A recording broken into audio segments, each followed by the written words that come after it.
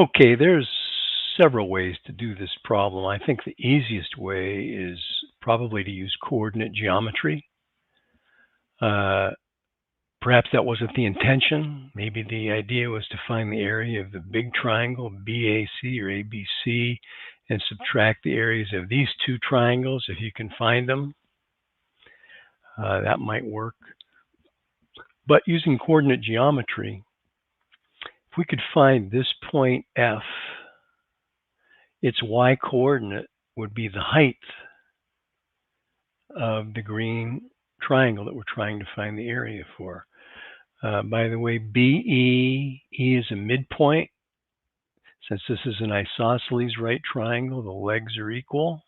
And since this is a midpoint, these two sides or segments are half of this side.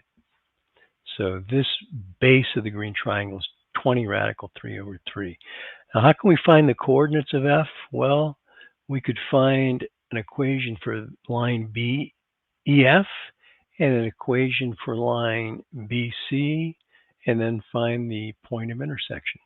Okay, so to find the equation of EF, we need to know what the slope of BE is. Well, the slope of BE I've calculated right here.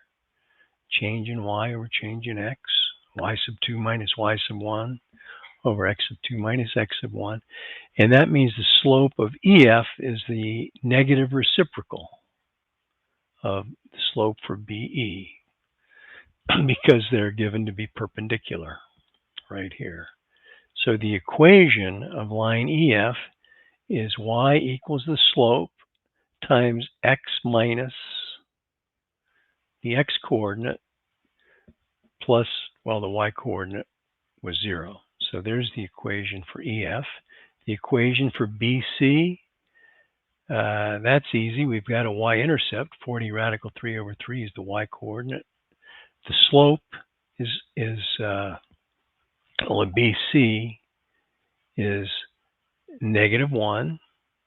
So the equation of that line is y equals -1x plus the y coordinate of the y-intercept.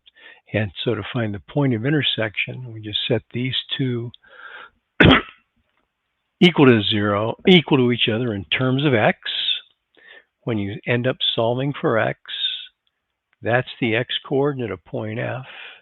If you plug that into one of the earlier equations, like this one, which I've done here, get a common denominator. 20 radical 3 over 9 is the y coordinate of F, which is this height right here, 20 radical 3 over 9.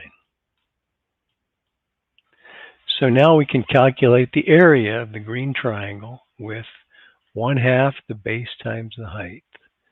The base is this 20 radical 3 over 3.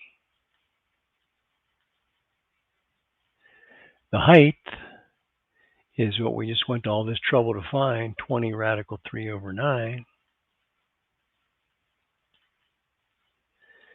And we get radical 3 times radical 3 is 3.